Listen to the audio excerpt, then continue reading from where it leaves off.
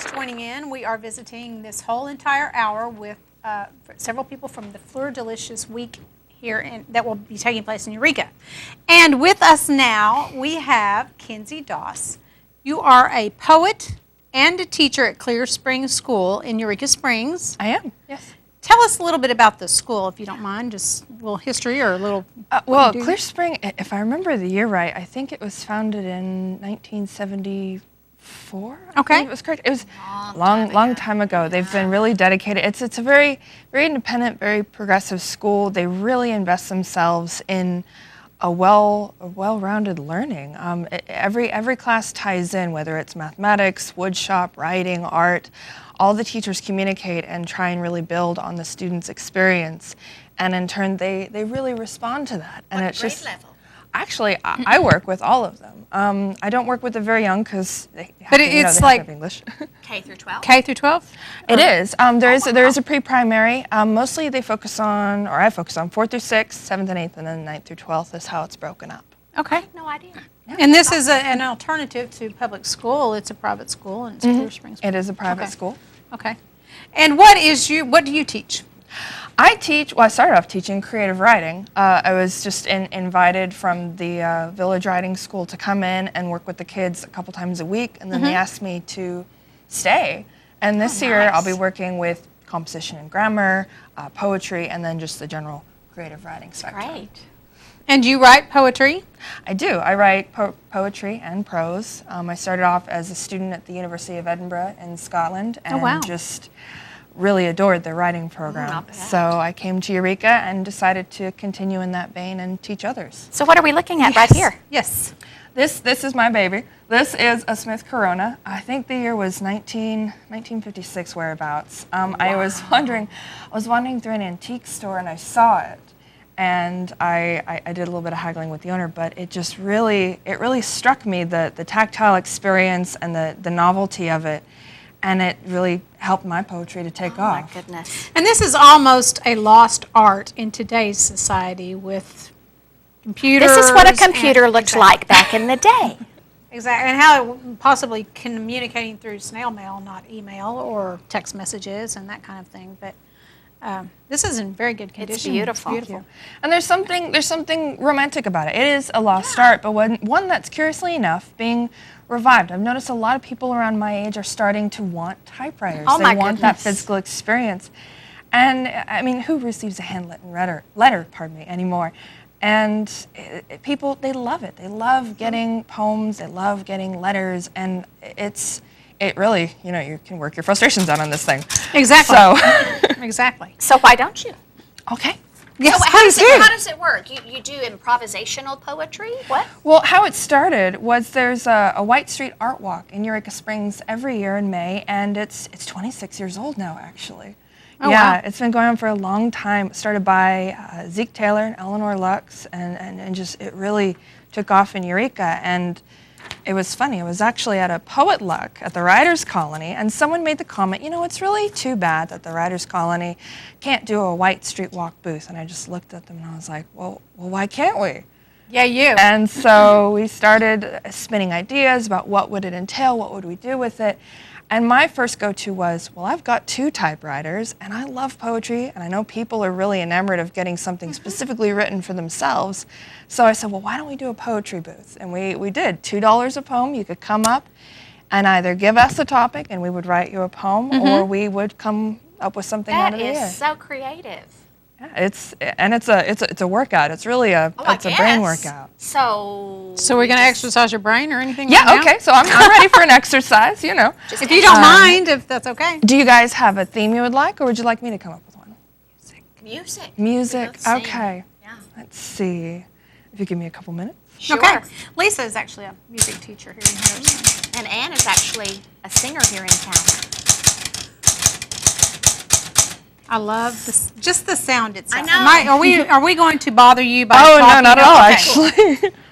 Well, I find writing is calming to me anymore. I can tell when I need that tactile experience that you were talking about. And the expression that it offers. Yes. I actually sent something to Lisa last night that just came while I was making a recipe of my grandmother's, and I said, you need to look at this because I'm not a writer, but anyway, And it was beautiful. it was. And you need to do more writing. Well, it was very freeing. Maybe Kenzie can help you with that.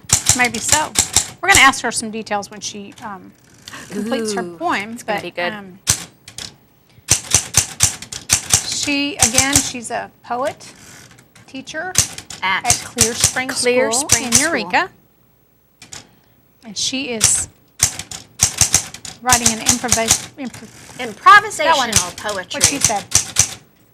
You know, music is improvisational. What we're doing right now is improvisational. Yes, it you is. know? It may look scripted, but it's not. You know, my ribbon gave up on me. I laugh Hold on. sometimes because radio personalities will do it, but we have the pressure of you're seeing us do it. Ta-da! Okay. Is that Now, Ta-da. what I love about a typewriter is it really gives me motion to just kind of move the text around. I mean, I know it's so easy to press tab on a computer, but it's almost like sculpting, or at least in my mind it feels like sculpting because you can move the words around, and it's more, like I said, of a tactile and physical experience. And That's a beautiful description. It really is.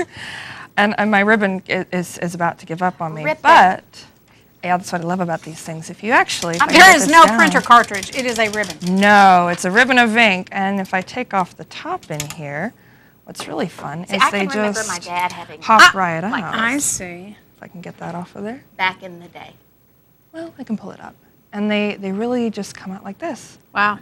And Where do you that's, get stuff like that's that all my now? ink.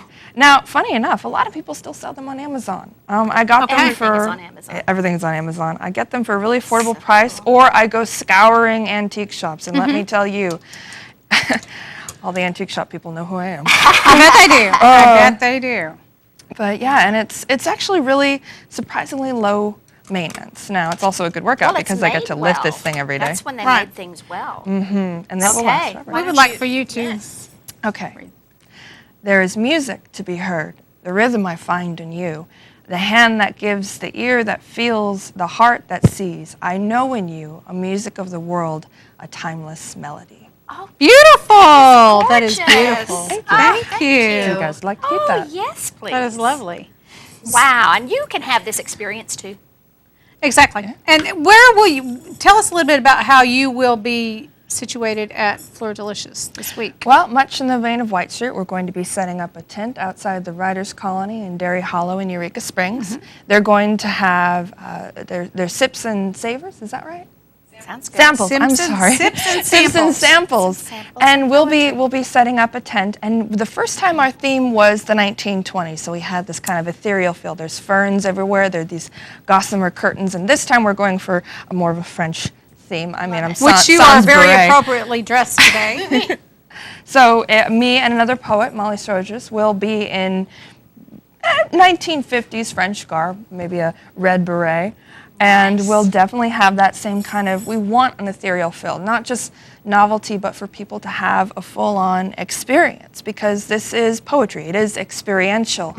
And I think there's something removed if people, you know, I love the library, I live at the library, but there's something about communicating with poetry when it is read to you, when it is written for you, when you write it, when it becomes communal, there's something to be had there. So that's what we want to provide for the community. And while we're outside, as people are kind of gathering to come in and have their wine and their amazing food, they can stop by our booth, and we're asking for a donation of $5 because it is a fundraiser. You bet. Wow. And people can have an original piece of poetry. That We is- never write the same poem twice. Beautiful. Thank you so very Novel much. idea. Now, before we close this segment, is there a way to contact like Clear Spring School if someone is interested in attending there or their child or? Yeah, if they're interested, they can go to the Clear Spring School website. We're also Clear Spring School on Facebook, and we love sharing what the kids are doing on there almost on a daily basis. We do have office hours during the summer of 12 to 3 p.m. Okay. So me and the head of school are actually there, so we're dedicated That's during fantastic. the summer Thank you months. for coming to teach us about all Yes, this. very thank you much very so. much. And again, Learned a you lot. can find out more on the website, floordeliciousweekend.com. Thank you very much, guys. Kenzie. We appreciate it. We will go to break, and when we return, we're going to have surprise